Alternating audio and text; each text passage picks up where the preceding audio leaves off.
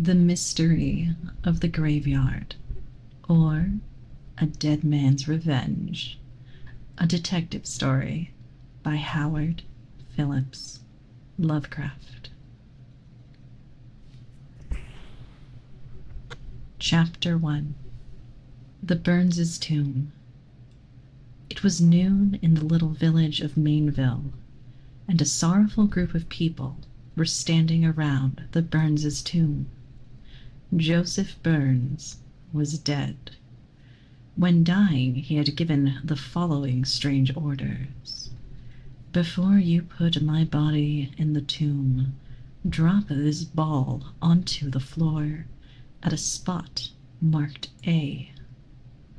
He then handed a small golden ball to the rector. The people greatly regretted his death. After the funeral services were finished, Mr. Dobson, the rector, said, "My friends, I will now gratify the last wishes of the deceased." So saying, he descended into the tomb to lay the ball on the spot marked A. Soon, the funeral party began to be impatient, and after a time, Mr. Charles Green, the lawyer, descended to make a search. Soon he came up with a frightened face and said, "Mr. Dobson is not there." Chapter 2. Mysterious Mr. Bell. It was 3:10 in the afternoon when the doorbell of the Dobson mansion rang loudly, and the servant, on going to the door, found an elderly man with black hair and side whiskers. He asked to see Miss Dobson. Upon arriving in her presence, he said, "Miss Dobson, I know where your father is, and for £10,000,000 I will restore him. My name is Mr. Bell."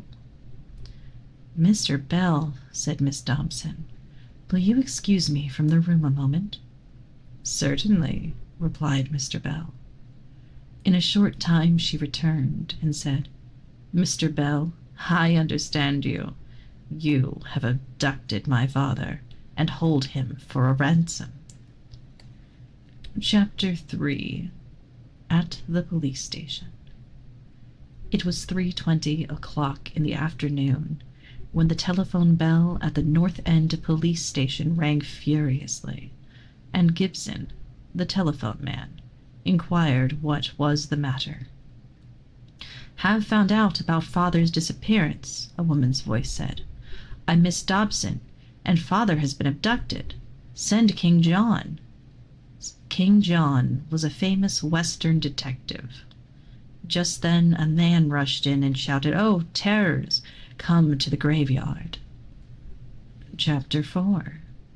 The West Window. Now, let us return to the Dobson mansion. Mr. Bell was rather taken aback by Miss Dobson's plain speaking, but when he recovered his speech, he said, "Don't put it quite so plain, Miss Dobson, for He was interrupted by the entrance of King John, who, with a brace of revolvers in his hands, barred all egress by the doorway. But, quicker than thought, Bell sprang to a west window and jumped. Chapter 5. The Secret of the Grave. Now, let us return to the station house. After the excited visitor had calmed somewhat, he could tell his story straighter. He had seen 3 men in the graveyard shouting, "Bell, Bell, where are you, old man?" and acting very suspiciously. He then followed them, and they entered the Burns' tomb. He then followed them in, and they touched a spring at a point marked A and then disappeared. "I wish King John were here," said Gibson. "What's your name?" "John Spratt," replied the visitor. Chapter 6. The Chase for Bell. Now let us return to the Dobson mansion again.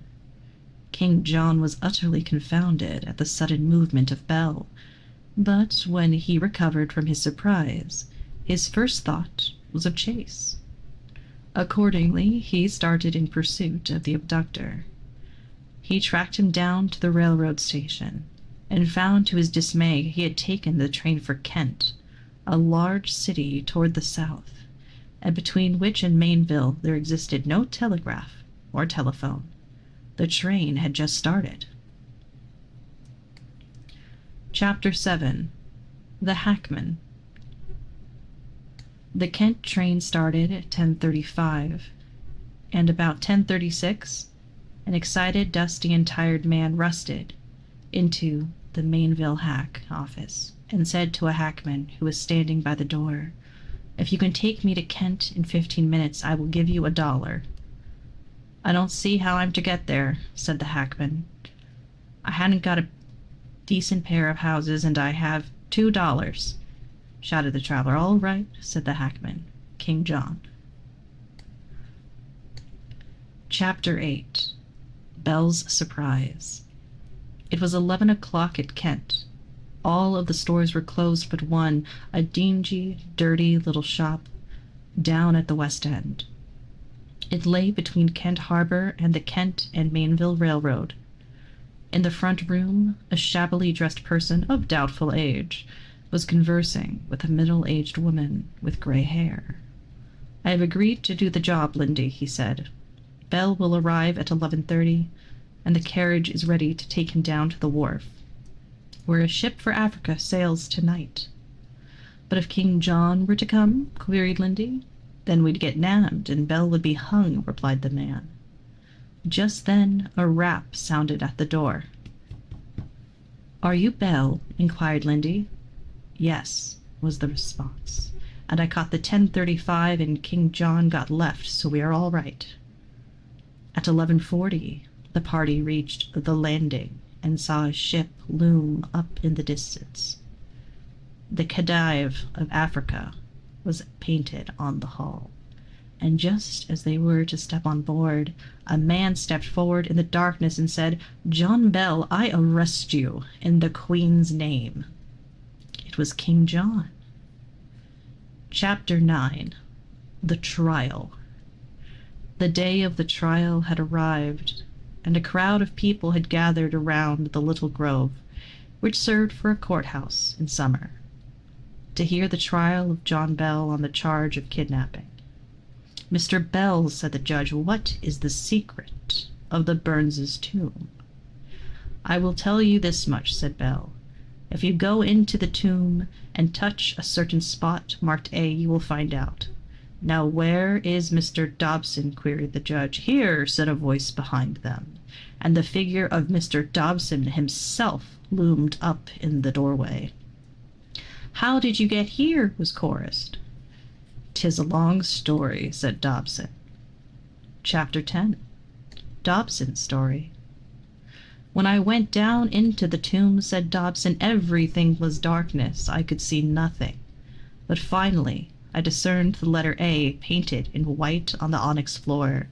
I dropped the ball on the letter, and immediately a trap door opened and a man sprang up. 'It was this man here,' he said, pointing at Bell, who stood trembling on the prisoner's dock.